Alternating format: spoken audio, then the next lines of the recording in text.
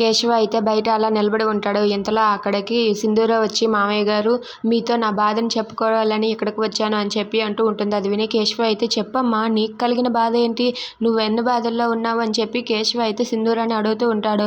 ఆ మాటలకి సింధూర అయితే అవును మామయ్య గారు నేను బాధలోనే ఉన్నాను, ఆ బాధ ఏంటో మీకు చెప్పుకోవాలనిపించింది ఇప్పుడు చెప్తున్నాను అని చెప్పి అంటుంది.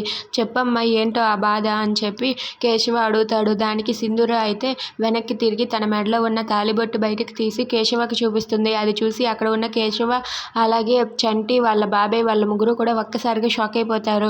అవును మామయ్య గారు నాకు ఆల్రెడీ పెళ్ళి అయ్యింది, ఈ పెళ్ళి ఎవరో కాదు చంటియే నా మెడలో కట్టాడు, అనుకోని పరిస్థితుల వల్ల చంటి నా మెడలో తాళి కట్టాల్సి వచ్చింది, అందుకే చంటి నా భర్త అయ్యాడు, నేను రెండో పెళ్లి చేసుకున్నాను మామయ్య గారు, ఇప్పుడు అదే సతమతమవుతూ ఉన్నాను అని చెప్పి సింధూర అయితే వాళ్ళ మామయ్య కేశవతో అంతా నిజం చెప్పేస్తుంది. అది విని కేశవ ఒక్కసారిగా షాక్ అయిపోయి అలా ఉండిపోతాడు. ఇక సింధూర అలా చెప్పడంతో కేశవ అయితే ఇప్పుడు ఏం చేయాలి, ఏంటి, ఎందుకు ఇలా జరిగింది అని చెప్పి కేశవ కూడా కంగారు పడుతూ ఉంటాడు. Please subscribe.